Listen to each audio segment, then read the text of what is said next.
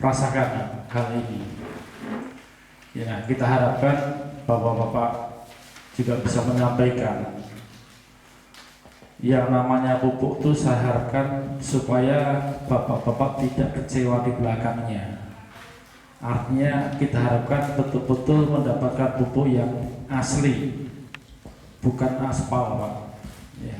Sekarang itu banyak beredar pupuk aspal, Pak, asli tapi palsu. Pupuk RP itu kadang diambilkan pasir di pinggir jalan, Pak.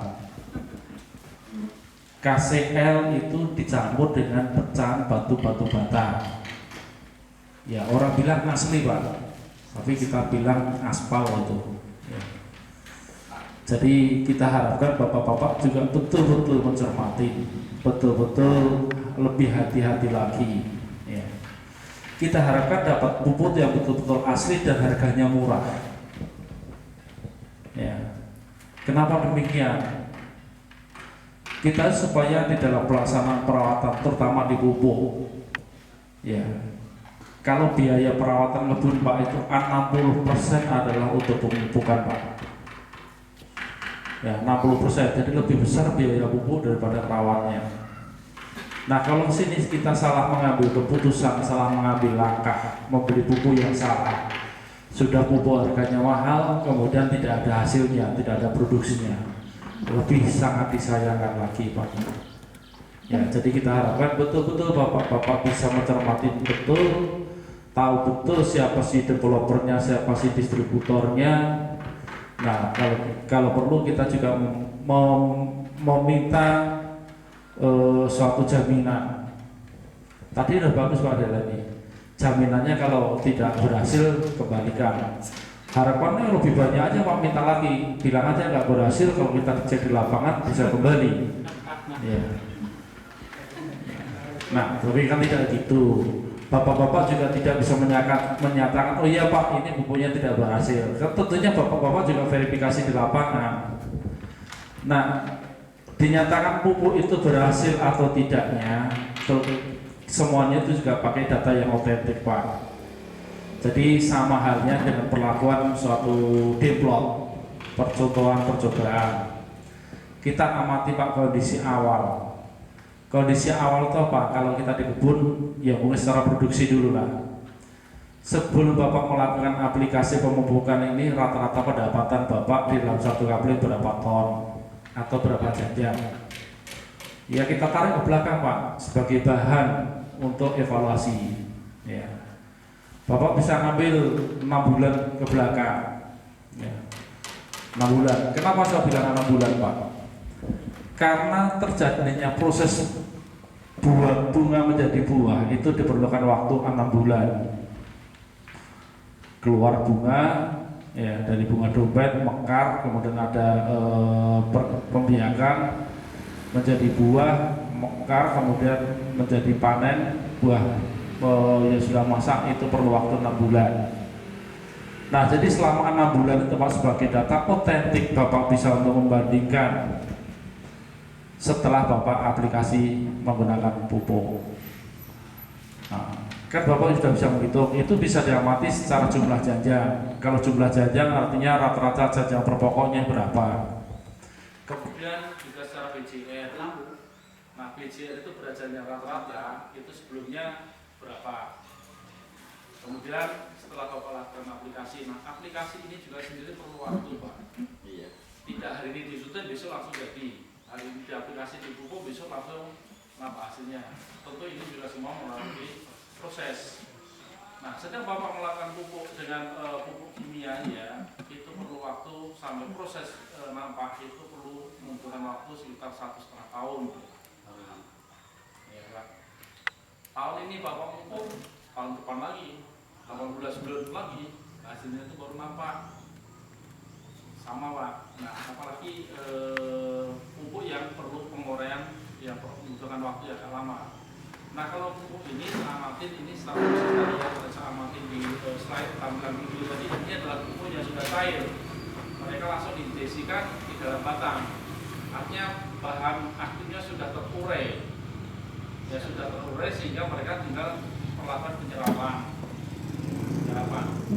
Nah, Nah, hal ini juga yang perlu saya tekankan sesampainya kepada Bapak. Jangan sampai salah langkah untuk mengambil suatu tindakan. Mungkin nanti juga Pak Mul mohon bisa menjelaskan dan menerangkan kenapa harus dilakukan dengan injeksi, kenapa harus dilakukan dengan pengeboran. Apa efeknya kalau dilakukan suatu pengeboran? Ya, nanti Pak Mul bisa menjelaskan dan menerangkan. Setahu saya, brosur saya yang pernah saya upload itu, walaupun pupuk cair itu lebih baik disemprotkan ataupun disiramkan. Ya, kenapa? Ya nanti mungkin ada kelebihan dan kekurangannya, mungkin karena saya belum pernah jumpa dan belum tahu sosialisasi dari Pak Mul. Kondisi fisik bakal sendiri setelah dilakukan pengeboran itu dampaknya apa Pak? Ya ini menurut pengamatan saya, tapi ya kalau pupuk artinya sudah dalam kondisi cair, walaupun disiramkan disemprotkan, tentunya langsung juga bisa terserap oleh akar-akar yang ada di tanah. Ya. Sama contohnya gini, Bapak melakukan ibus akar. Bapak di bawah pohon ini Bapak korek, Bapak keluarkan akarnya, kemudian zat atau cairan itu yang sudah di dalam kantong Bapak masukkan, kemudian Bapak ikat. Satu malam itu kalau hanya 3 cc 5 cc sudah habis terserap, selesai juga Pak. Sama halnya kemudian disemprotkan ataupun disiramkan. Ya. Nah, cuman kelebihannya kekurangan itu Pak Mul punya prediksi yang lain, tanggapannya lain. Ya. Nah, cuman harapan saya juga ke bapak-bapak tadi yang perlu digarisbawahi, jangan salah pilih pupuk. Belilah pupuk yang asli tapi murah supaya mendapatkan hasil dan produksi yang memadai. Kemudian yang poin ketiga lagi, bapak-bapak juga perlu mempertimbangkan kondisi atau umur tanamannya sekarang Pak.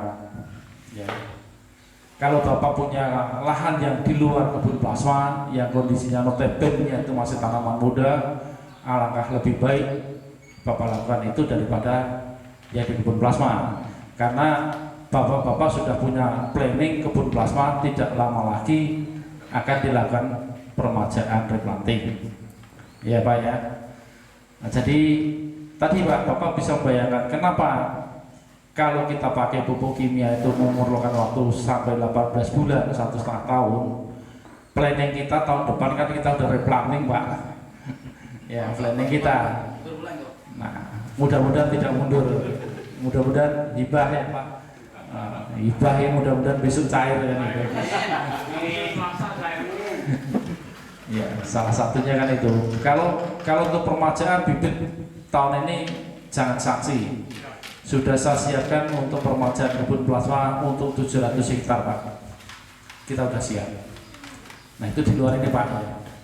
Kembali lagi ke tadi. Ya.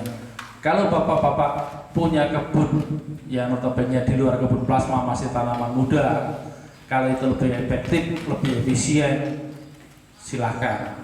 Ya, bapak-bapak sudah punya contoh beberapa teman kita yang sudah menggunakan pupuk poin 2 tani. Ya. Mungkin tadi saya tinggal menunggu penjelasan dari Pak Mo sendiri dari pihak pupuk mengenai aplikasinya Pak ya. Jadi aplikasinya itu lebih efektif mana? Disemprotkan atau disiramkan pada akar ataupun diinjeksi. Nah kalau diinjeksi pengeboran itu nanti juga efeknya dominannya kemana dan apa. Nah itu juga kita perlu penjelasan ya. Pada intinya saya tidak melarang, marilah kalau itu memang hal yang baik dan yang bagus, itu adalah pupuk asli dan murah, silahkan Pak, saya tidak menghalang-halangi, saya mensupport. Karena Pak ya Bapak tahu sendiri bahwasanya productivity proses penjualan CPO kita Pak sekarang sudah mulai melemah lagi, harga CPO melemah. Nah tentu kan dengan harga CPO melemah ini kan imbasnya ke tempat bapak-bapak semua, harga akan turun. Itu sudah hukum alam Pak ya, penjualan CPO turun tentunya harga TBC juga akan turun. Tetapi kalau ditunjang dengan produksi dengan menggunakan pupuk, dengan kita mengeluarkan biaya seringan dan semurah mungkin, kita mendapatkan produktivitas yang lebih tinggi, apa salahnya kita lakukan yang itu. Nah mungkin sementara itu dulu Pak dari saya, mudah-mudahan nanti ya kita ada season lagi untuk tanya jawab, untuk sharing. Kami persilahkan sementara dari saya itu dulu. Saya Assalamualaikum warahmatullahi wabarakatuh.